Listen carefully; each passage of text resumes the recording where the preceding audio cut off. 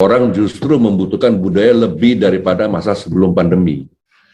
Karena apa? Karena budaya membuat kita lebih tangguh, dan ini juga memberi kita harapan untuk mengingatkan kita bahwa sebetulnya situasi yang tidak nyaman ini bukan hanya kita sendiri yang mengalami.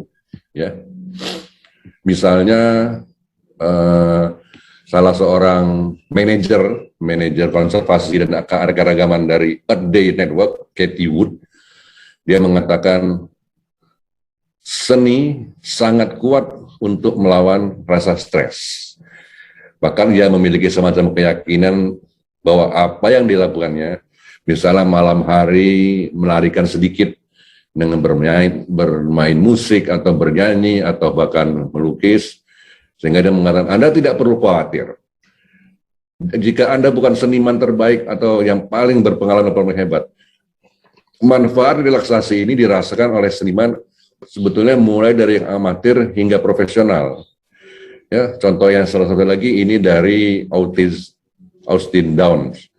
Dia koordinator pembersihan Global Earth Day, mengatakan dia bukan seniman, tetapi ini adalah sesuatu yang bisa dilakukan untuk keluar dari rutinitas, yaitu memainkan musik.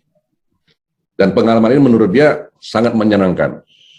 Walaupun tidak bisa menyelesaikan semua persoalan stres dia, tetapi paling tidak ini cukup membantu. Nah, ini pengalamannya. Kemudian juga ada seorang neurobiologis, Semir Zeki.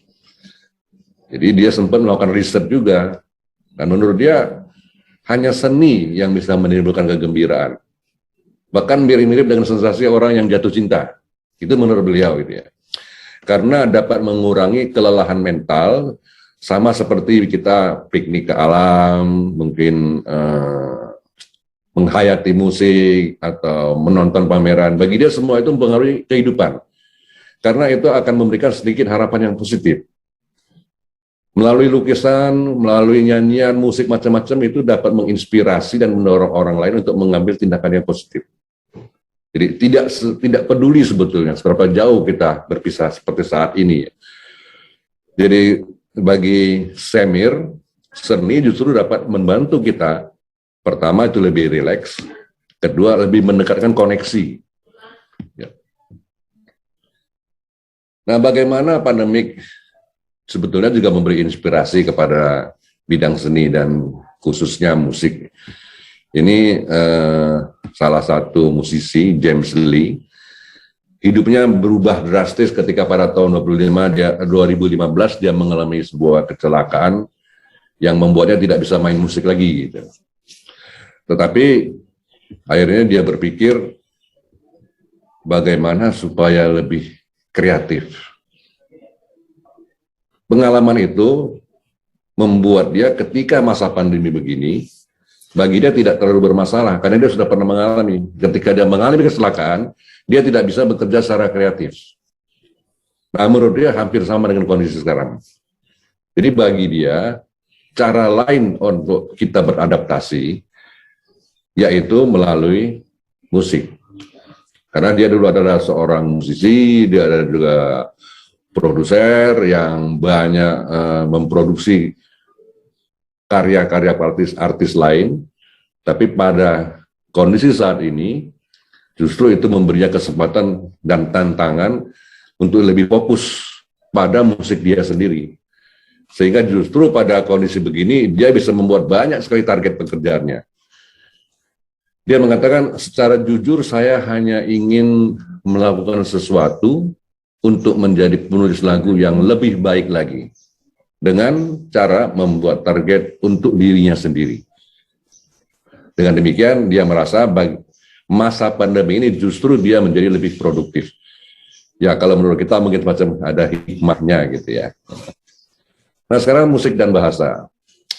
Musik adalah sesuatu yang menurut saya tidak terlalu istimewa, tetapi dia pada kenyataannya hadir, ada di tengah-tengah kita, dan tidak bisa kita hindari. Dan bahkan juga banyak orang menyebut bahwa musik itu bahasa universal. Ada yang menyebutnya sebagai jendela jiwa, karena mungkin kita sudah kehabisan kata-kata untuk mengungkapkan pikiran dan emosi, maka kita gunakanlah bahasa-bahasa yang non-verbal. Ini musik salah satunya. Jadi hampir semua seni, misalnya seni rupa itu juga bahasa non-verbal. Kemudian tarian juga bahasa non-verbal. Mungkin pengecualian seni pertunjukan seperti teater yang juga menggunakan teks. Ini termasuk salah satu seni yang paling lengkap. Jadi ada musiknya, ada seni rupanya, ada sastranya, kemudian ada kinestetiknya. Nah, itu bisa kita lihat dari beberapa platform sebetulnya ya, seperti Tinder. Jadi memiliki fitur-fitur di mana kita dapat membagi-bagikan lagu-lagu favorit. Kemudian yang juga paling kita pahami itu di Facebook. Ya. Kemudian ada lagi di Spotify yang memiliki daftar sedemikian banyaknya lagu-lagu yang bisa kita download dan bisa kita dengar. Terlebih lagi saat ini dengan Instagram ya. Jadi itu memungkinkan kita semua untuk membagi-bagikan musik yang kita senangi, musik favorit kita di world.